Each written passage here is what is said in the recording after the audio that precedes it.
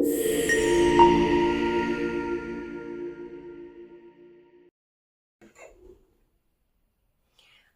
আলাইকুম। কেমন আছেন সবাই? আচ্ছা, কখনো কি লক্ষ্য করে দেখেছেন যখন আমরা সোশ্যাল মিডিয়া স্ক্রল করতে থাকি, কোনো পজিটিভ নিউজ দেখে আমরা সরে যাই। আ নেক্সট নিউজে চলে যাই। কিন্তু যখন আমরা কোনো নেগেটিভ নিউজ দেখি, আমাদের অ্যাপ্রোচটা কমপ্লিটলি ডিফারেন্ট হয়। কি হয়? ওই নিউজটাকে আমরা বিভিন্ন প্ল্যাটফর্মে খুঁজতে থাকি, ওই নেগেটিভ নিউজটাকে। কখনো পত্রিকার ওয়েবসাইটে খুঁজতে থাকি, কখনো অন্যান্য সোশ্যাল মিডিয়ার প্ল্যাটফর্মে খুঁজতে থাকি এবং তারপরে আমরা যেটা করি সেটা হচ্ছে নিউজের নিচে আমরা চিনি কি না চিনি হাজার হাজার মানুষের কমেন্ট আমরা পড়তে থাকি। এভাবে কেটে যায় ঘন্টার পর ঘন্টা। এটা হচ্ছে আমাদের একটা সোশ্যাল মিডিয়া বিহেভিয়ার। এই বিহেভিয়ারটার একটা সুন্দর টার্ম আছে যেটাকে বলে ডুম স্ক্রলিং বা ডুম সার্ফিং। আজকে আমরা ডুম স্ক্রলিং নিয়ে কথা বলবো, কারণ লাইট ইউর হার্ট খুব পছন্দ করে আমাদের এমন সব বিহেভিয়ার নিয়ে কথা বলতে যেগুলোর সাথে আমাদের মেন্টাল হেলথের ডিরেক্ট যোগাযোগ আছে। ডুম স্ক্রলিং এমন একটা টার্ম যেটা এখন কালচারালি খুবই অ্যাকসেপ্টেড একটা টার্ম, কিন্তু এই টার্মটা কিন্তু আসলে এরকম ছিল না। এটাকে কানাডিয়ান একটা রিসার্চ সোশ্যাল মিডিয়া প্যানিক নামকরণ করেছিল। বাট 2020 পরে আমরা মানবজাতি আসলে অনেক কিছু ফেস করেছি। একটা প্যান্ডেমিক, বিভিন্ন ধরনের পলিটিক্যাল আনরেস্ট, সব দেশে যুদ্ধ একের পর এক। সো ওই সময় থেকে এটার নামকরণ করা হয়েছে ডুম স্ক্রলিং বা ডুম সার্ফিং, এবং এটা মোটামুটি এখন কালচারালি একটা অ্যাকসেপ্টেড টার্ম। ডুম স্ক্রলিং নিয়ে আমেরিকান একজন সাইকোথেরাপিস্ট এবং কোচ, ওনার নাম হচ্ছে টেস ব্রিঘাম, উনি কিছু খুব গুরুত্বপূর্ণ তথ্য কথাবার্তা বলেছেন, সেগুলো আজকে আমাদের ভিডিওতে আমরা তুলে ধরার চেষ্টা করব। আশা করি শেষ পর্যন্ত আমাদের সাথে থাকবে। টেসকে যখন জিজ্ঞাসা করা হয়েছে যে ডুম স্ক্রলিংটা আসলে কি, ডুম স্ক্রলিংটা ওনার মতে এমন একটা স্টোরিতে ল্যান্ড করে যাওয়া যেখানে আমি কেন ল্যান্ড করেছি, কেন এসেছি, কেন আমি এটা নিয়ে interested, I literally have no idea about ইট।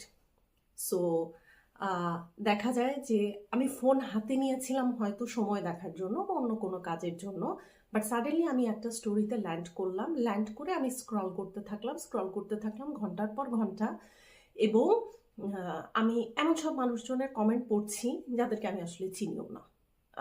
আমার আসলে কিছু যায় আসে না তারা কি ভাবছে, কিন্তু আমি পড়ছি, তাদের কমেন্ট পড়ছি। তারপর যখন তাকে জিজ্ঞাসা করা হয়েছে টেস্টকে যে আসলে কারা ডুম স্ক্রলিংটা করে, তার উত্তর এটা ছিল যে ডুম স্ক্রলিং তারাই করে যারা বিভিন্ন ধরনের অ্যাংজাইটি রিলেটেড ডিসঅর্ডারে ভুগে। বিভিন্ন ধরনের অ্যাংজাইটি হতে পারে, আমাদের সোশ্যাল অ্যাংজাইটি হতে পারে, পিটিএসডি হতে পারে, ওসিডি হতে পারে, এনি কাইন্ড অফ ছোট বড় কম পরিমাণে অ্যাংজাইটিতে ভুগে সেরকম ব্যক্তিও ডুম স্ক্রলিং করে। কেন করে সেটা যখন তাকে জিজ্ঞাসা করা হয়, সেটার ক্ষেত্রে তার এক্সপ্লেনেশনটা খুব ইন্টারেস্টিং ছিল। এক্সপ্লেনেশনটা এরকম যে আমাদের যাদের অ্যাংজাইটি আছে, আমরা চাই সিচুয়েশনকে কন্ট্রোল করতে, আমাদের কন্ট্রোলে আনতে, এবং আমাদের একটা ধারণা যে আমি যদি ঘটনাটা জানি, নেগেটিভ যে কোনো ঘটনা, আমি যদি ঘটনাটা জানি, ঘটনাটা আমার জন্য কন্ট্রোল করাটা ইজি হবে। এই কারণে দেখা যায় যে আমরা ডুম স্ক্রলিং করতে থাকি। এখন এটা কিন্তু বেসিক্যালি আমাদের ডিএনএতে আছে। আমাদের পূর্বপুরুষ যারা, তাদেরকে সার্ভাইভালের জন্য আগে থেকে বিভিন্ন ধরনের নেগেটিভ সংবাদ জানতে হতো, আদারওয়াইজ তারা সার্ভাইভ করতে পারতো না। কিন্তু যখন আমাদের সময় আসলো, সোশ্যাল মিডিয়ার টাইম আসলো, এখন কিন্তু পুরো জিনিসটা আমাদের কন্ট্রোলের মধ্যে আছে, আমাদের হাতে আছে। আচ্ছা ঠিক আছে, এটা নেগেটিভ হয়েছে, আমি জানতে পারি, জেনে আমি জাস্ট এগিয়ে যেতে পারি। আবার আমি চাইলে ঘন্টার পর ঘন্টা ওই ঘটনার পিছনে দিয়েও দিতে পারি। সো জিনিসটা আমাদের ডিএনএতে রয়ে গেছে, বিকজ আমাদের পূর্বপুরুষদেরকে সার্ভাইভ করার জন্য অনেক বেশি নেগেটিভ ঘটনাকে ডিগ ডাউন করে জানতে হতো।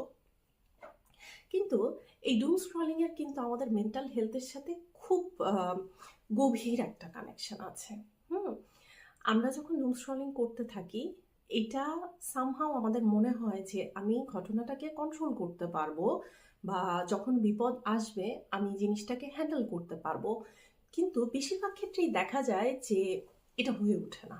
হ্যাঁ, এটা আসলে অনেক কিছুই, সবকিছু কি আমাদের কন্ট্রোলে আছে? আমাদের কন্ট্রোলে কিন্তু আসলে সবকিছু নাই।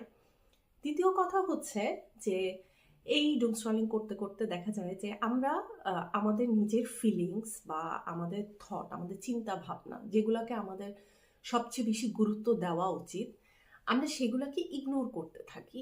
প্রেজেন্ট মোমেন্টটাতে না থেকে আমরা কোথায় যেন একটা স্বপ্নের জগতে চলে যাই। এটা এটা আমাদের জন্য আমাদের ভিতরের ফিয়ার, অ্যাংজাইটি, হতাশা সব কিছুকে অনেক বেশি বাড়িয়ে তোলে। আরেকটা সমস্যা যেটা হচ্ছে, আমরা মনে করি যে আমি জাস্ট স্ক্রল করছি, আমি শুধু দেখছি। হ্যাঁ, আহ, এই দেখার সাথে আমার আসলে এটা আমার কোনো ইম্প্যাক্ট করছে না, কিন্তু আমি যখন রাত্রে ঘুমাতে যাচ্ছি, ঘুমানোর সময়ও কিন্তু এই চিন্তাগুলাই আমাকে হন্ট করছে, আমাকে ট্রমাটাইজ করছে। সো আলটিমেটলি আমার ট্রমার লেভেলটা কিন্তু বাড়ছে, কমছে না। আচ্ছা, নেগেটিভ খবর বলতে মনে হতে পারে যে এই ক্ষেত্রে কি ধরনের নেগেটিভ খবর নিয়ে আমরা কথা বলছি? এনিথিং হতে পারে। এখন তো নেগেটিভ খবরে আসলে সোশ্যাল মিডিয়া ভরে গেছে। আম, আম, যে কোনো অনলাইন কন্ট্রোভার্সি হতে পারে, মিডিয়া ট্রায়াল হতে পারে, পলিটিক্যাল কোনো একটা খবর যেটা আমার আমার আইডিওলজির সাথে যায় না সেটা হতে পারে, ওয়ার রিলেটেড কোনো খবর হতে পারে, এই অমুক দেশের সাথে অমুক দেশের যুদ্ধ চলছে এই ধরনের কোনো খবর হতে পারে। So it can be anything যেটা আমাদের আমাদেরকে সামহাও স্ট্রেসড করে তোলে। হ্যাঁ, এখন এই ক্ষেত্রে যখন টেস্টকে জিজ্ঞাসা করা হয়েছে যে আচ্ছা সমস্যা তো আমরা বুঝলাম, কিন্তু সমাধানটা আসলে কি, টেস এই ক্ষেত্রে আমাদেরকে কিছু সমাধান সাজেস্ট করেছেন যে কিভাবে করে আমরা আমাদের ডুম স্ক্রলিং হ্যাবিটটাকে কন্ট্রোল করতে পারবো। যেমন এক্ষেত্রে শুরুতে উনি যে খুব সুন্দর একটা কথা বলেছেন যে আপনি কিছু নিউজ পেপারের ওয়েবসাইটে গেলে আপনি দেখবেন তারা খুব অনেস্টলি রিফ্লেক্ট করছে নিউজটাকে। হ্যাঁ, আর কিছু কিছু নিউজ পেপারের আপনি ঢুকলেই বুঝবেন যে কিরকম যেন একটা ধাক্কা লাগে, একটা শক লাগে। হ্যাঁ, কারণ তারা নিউজটাকে একটু সেন্সেশনাল, একটু স্কেরি করে, বিকজ তারা আমাদের এই হ্যাবিটটাকে জানে যে আমরা যত আমাদেরকে শক দেয়া যাবে আমরা ওটার ভিতরে আরো যেয়ে ঢুকবো। সো প্রথমে যেটা করতে হবে সেটা হচ্ছে ইন্টেনশনালি আমাদেরকে ওই শকিং সাইটটাকে অ্যাভয়েড করে যারা অনেস্টলি সোবারভাবে জিনিসটাকে রিপ্রেজেন্ট করছে সেখানে ঢুকতে হবে। এটা হচ্ছে প্রথম একটা। দ্বিতীয় ক্ষেত্রে যেটা করতে পারি সেটা হচ্ছে আমরা ডাইভার্ট করতে পারি। যেই মুহূর্তে আমি বুঝছি যে আমি ডুম স্ক্রলিং, আমি দেখা যাচ্ছে যে 2 ঘন্টা 3 ঘন্টা ধরে আমি একটা নিউজ ঘাটছি, আমি বিভিন্ন মানুষের কমেন্ট পড়ছি যাদেরকে চিনি না, ফাইন। যে মুহূর্তে আমি বুঝে যাব সেই মুহূর্তে আমি নিজেকে আমি আমার প্রোডাক্টিভ যে কাজটা আমি সেটাতে নিয়ে আসব। আমি যদি পড়তে থাকি কোনো কিছু আমি সেটাতে নিয়ে আসলাম, বা আমি আমার কাজে নিয়ে আসলাম, বা আমি আমার ফ্যামিলিতে নিয়ে আসলাম, আমি আমার পুরা চিন্তা ভাবনাটাকে শিফট করব।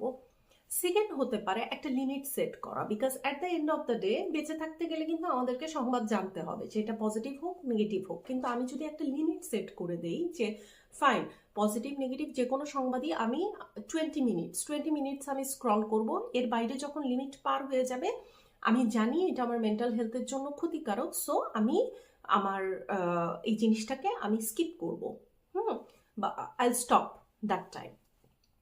থার্ড হতে পারে বিভিন্ন ধরনের পজিটিভ কন্টেন্ট কনজিউম করা। পজিটিভ কন্টেন্টের মধ্যে ফানি কন্টেন্টও আছে যেটা আপনার বিহেভিয়ারের সাথে বিহেভিয়ারকে কোনোভাবেই এফেক্ট করবে না, ফর এক্সাম্পল। হ্যাঁ, তো এই ধরনের পজিটিভ কন্টেন্ট হতে পারে, লার্নিং কন্টেন্ট হতে পারে, বা এক্ষেত্রে খুব সুন্দর একটা পজিটিভ কাজ হতে পারে ফ্যামিলি অ্যালবাম ঘুরে দেখা, এই ধরনের বিভিন্ন জিনিস হতে পারে।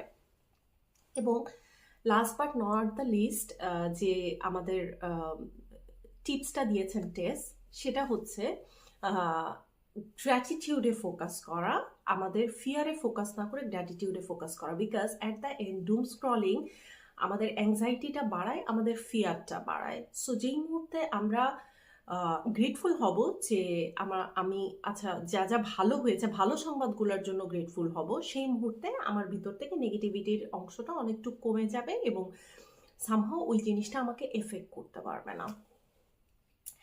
ডুম স্ক্রলিং থেকে নিজেকে আটকানো বা নিজেকে সামহাও একটা বাউন্ডারি ক্রিয়েট করা নিজের চারপাশে, এটা কিন্তু এক ধরনের সেলফ কেয়ার। আমাদের সেলফ কেয়ারের ব্যাপারে একটা হ্যাবিট আছে, যেটা হচ্ছে যে আমরা সেলফ কেয়ারগুলো জানি, সেলফ কেয়ারগুলোকে নিজের উইশ লিস্টে রেখে দিই। কখনো কার্টে অ্যাড করি, কখনো অ্যাড করি না, বাট ওগুলো বেশিরভাগ সময় আমাদের উইশ লিস্টে থাকে। আমাদের উইশ লিস্টে আমাদের যে সেলফ কেয়ারগুলোকে আছে সেগুলোকে চলেন একটু নিজেদের জীবনে ইমপ্লিমেন্ট করি। আর এরকম একটা সেলফ কেয়ারই হচ্ছে লাইট ইওর হার্ট। আপনার স্পেস, আপনার সেফ স্পেস, যে মন দিয়ে আপনার কথা শুনবে, আপনার ফিলিংসগুলোকে ক্ল্যারিটি আনতে আপনাকে হেল্প করবে। অনেক ধন্যবাদ আমাদের সাথে থাকার জন্য।